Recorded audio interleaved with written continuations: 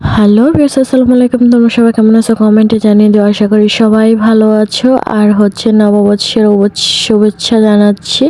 তো নববর্ষ উপলক্ষে সবাই শুভেচ্ছা আগে জানিয়ে দিয়েছে, তো আমি পারিনি তাই এখন জানাচ্ছি। তো আমি নববর্ষ উপলক্ষে আজ আমি শাক দিয়ে মাছের মাথা খণ্ড করব, কিভাবে করব সেটাই তোমাদের মাঝে শেয়ার করব।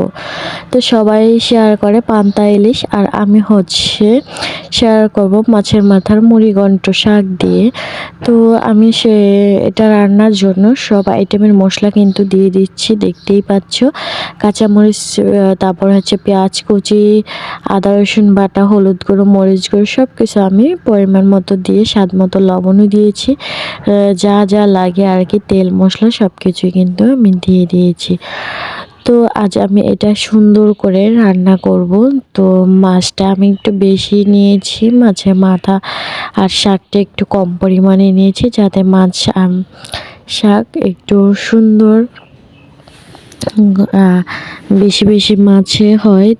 বেশি মাছ হলে খেতে কিন্তু সেটা ভালো লাগে বেশি।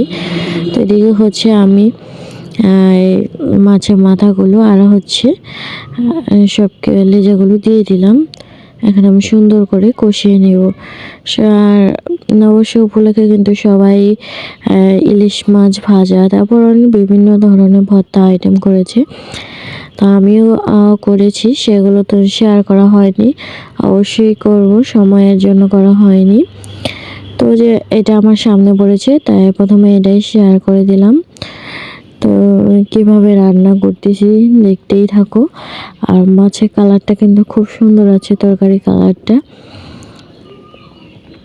এগুলো কিন্তু সুন্দর করে কষিয়ে নিলে, ভালোভাবে কষিয়ে নিলে পরবর্তীতে বেশিক্ষণ জাল করতে হয় না।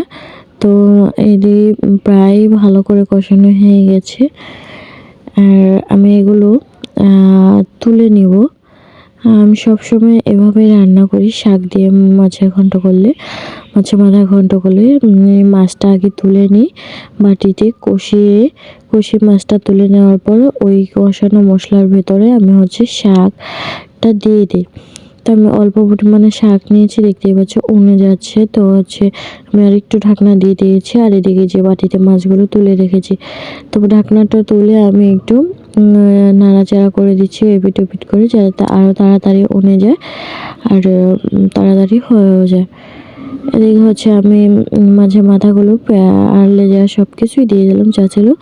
তো এটা দিয়ে আমি সুন্দর করে এখন একবারে ভেঙে চুড়ে ঝুরি ঝুরি করে দেব, তাহলে কিন্তু স্বাদ হবে তরকারি, আর খেতেও কিন্তু ভালো লাগবে।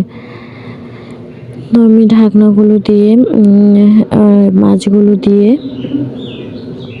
দিয়েছি, এখন জাল করে নিচ্ছি। কিছু কিছু সময় আমি ভুল করে ফেলি কথা বলার টাইমে, তো একটু ঢাকনা দিয়ে ঢেকে দিলাম। তো এরকম আমার মতো কে কে ভুল করো অবশ্যই কিন্তু কমেন্টে জানাবে। আর যদি রেসিপিটি তোমাদের ভালো লাগে থাকে, তাহলে অবশ্যই কমেন্টে জানিও। আর এভাবে রান্না করে খেয়ে দেখো, অবশ্যই তোমাদের ভালো লাগবে। একবার নয়, হাজারবার খেতে ইচ্ছে করবে। তো অনেকেই রান্না করলে শাকের কালার সুন্দর আসে না, ভালো লাগে না খেতে। তো আমার দ্বারা এরকম কখনো হয়নি, যখনই রান্না করেছি খেতে খুব ভালো লেগেছে। আর এদিকে কিন্তু ঝোলগুলো আমি টানিয়ে নিচ্ছি, আর বাকিটা কিন্তু টানানো হয়ে যাচ্ছে। তো ভিডিওটা ভালো লাগলে অবশ্যই আমার চ্যানেলটাকে সাবস্ক্রাইব করে বেল আইকন বাজিয়ে দিও, এবং লাইক কমেন্ট করে শেয়ার করে দেবো। এবং সবাই আমার পাশে থেকো। সবাইকে ভিডিওটা দেখার জন্য ধন্যবাদ। আর এদিকে আমি জালটা একটু টাড়িয়ে দিলাম, এরপর আমি এটা একটু বাটিতে